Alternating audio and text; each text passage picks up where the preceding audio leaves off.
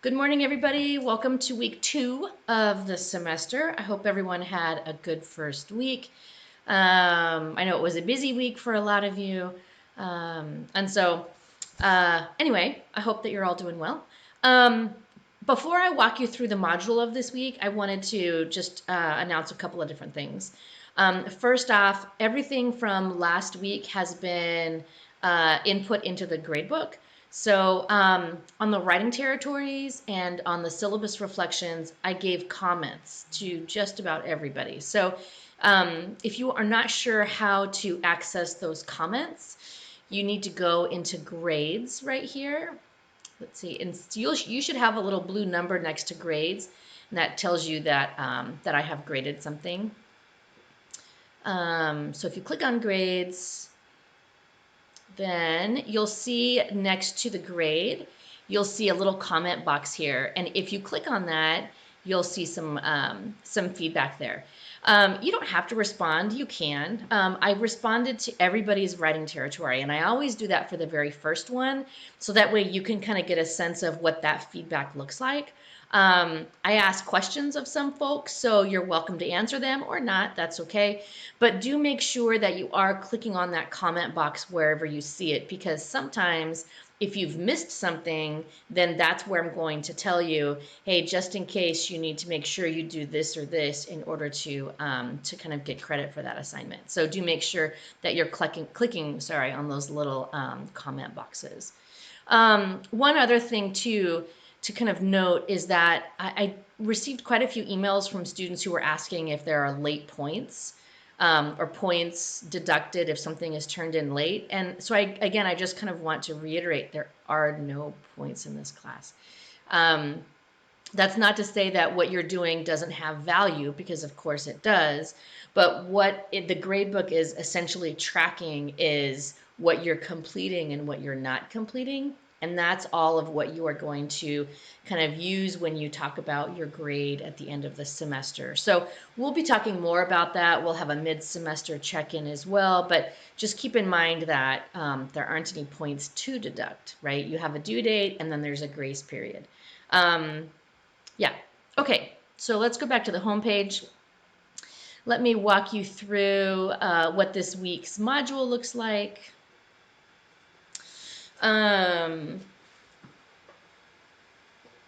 There's the first page is just kind of a general overview of kind of in broad strokes what we're going to be working on, and then I highlighted the learning objectives that we will be working on this week. This week is really the beginning of our first unit. But what I wanted to do before we started getting into that content was to give you an overview of what you can expect for the essays. So there are 3 major essays this semester. That 5,000 word count that was mentioned in the syllabus is going to be spread across all 3 essays. Now, you can decide how long each essay is going to be, but by the end of the semester, you need to have at least 5,000 words. I've had quite a few students ask, can you go beyond that? Of course you can, but you need to hit that 5,000 mark in order to meet the state requirement for this course. So you can kind of read through this page just to get a sense of what each of the 3 essays is going to do. I wanted to give you that information so that way you go into essay number 1, which you'll learn about in a couple weeks, having a sense of, well, I may struggle with this essay, but I know I can write more on essay 2 or essay 3. So I really want to be transparent with where we're headed this semester. So you can kind of read that.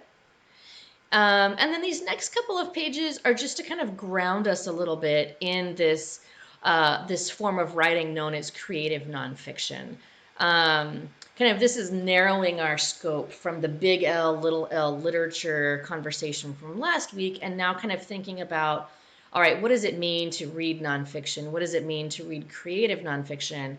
And what might that mean as we're heading into reading a graphic novel next week, which we'll be talking quite a bit about.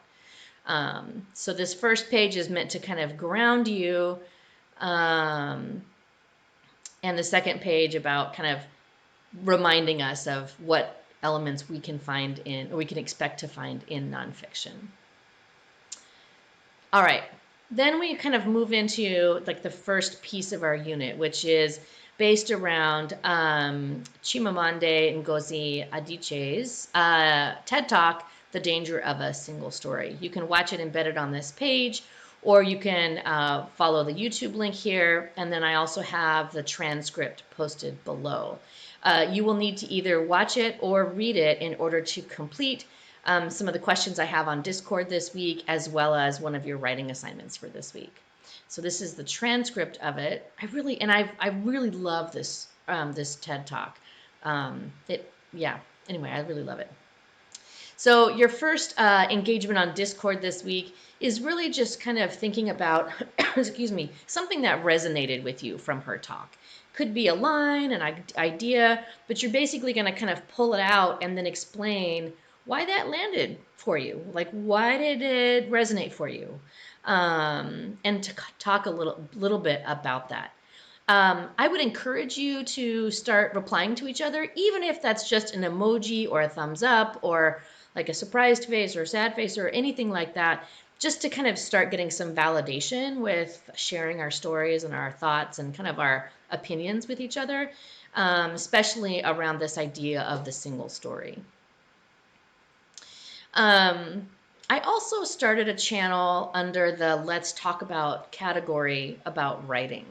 And for those of you, I would encourage you all to read these pieces.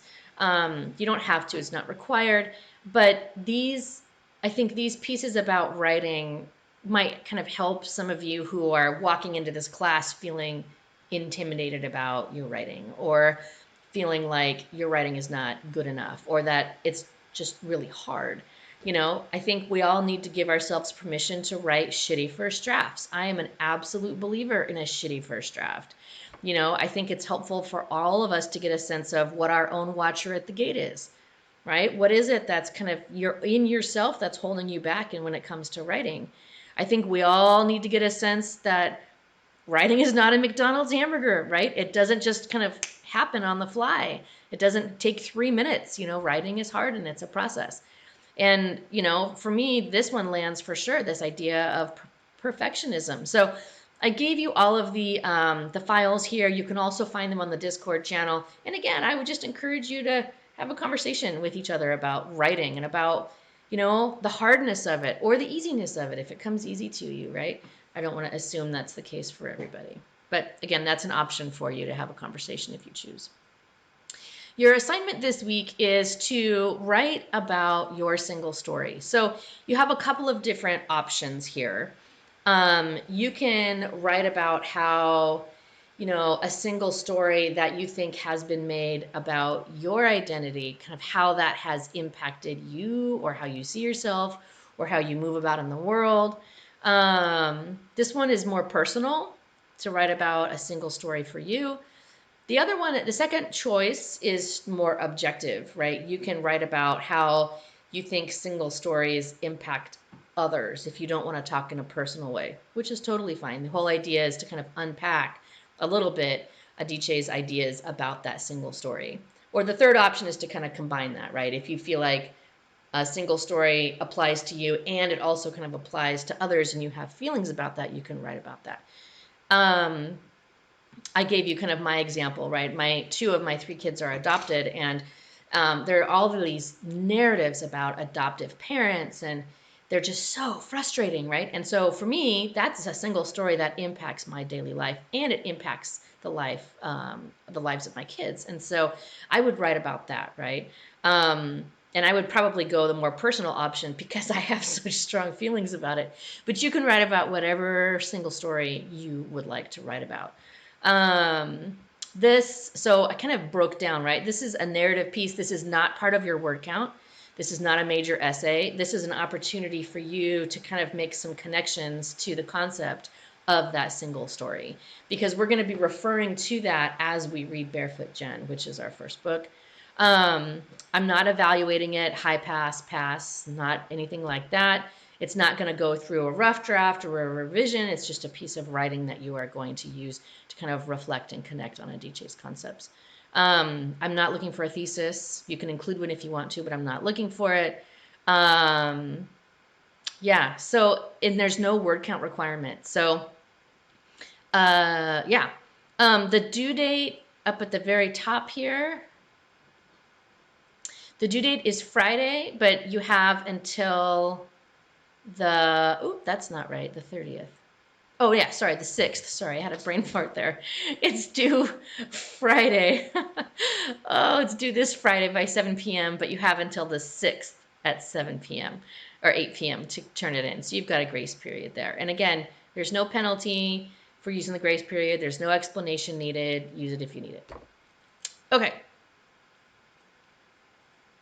So there's that. And then this is our first writing territory mentor skill this week. So all of the writing territories, the mentor skill pages will kind of walk you through what I want you to practice in your writing territory. There will also be guidelines for how many times I want to see this particular skill. Some of them are grammar based and some of them are more writing style. So that way you kind of can try on different different skills, different styles, so that way you can more fully develop your own. This week's is the short sentence, which I think is just a really, it's a skill that I think just students don't get a chance to use or don't feel like they can use. So on these writing territories mentor skill pages, you'll see kind of an explanation. Sometimes I'll put a Khan Academy video if it's a grammar tool, and then you'll see a piece of writing that demonstrates what that skill looks like kind of in real life, right? In this case, it's Jimmy Santiago Baga's piece. And then explanations of kind of what that skill looks like and what it does to the writing. That's really the big key. And then your writing territory is due Friday night with the grace period of Saturday at noon. The one thing I would ask, please, is to highlight your mentor skill, right? To highlight where you're using it.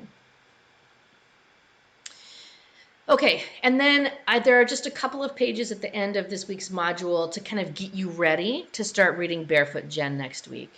If you have never read a graphic novel before or manga, which we'll talk about, then for sure watch this quick video, which kind of walks you through how to read that.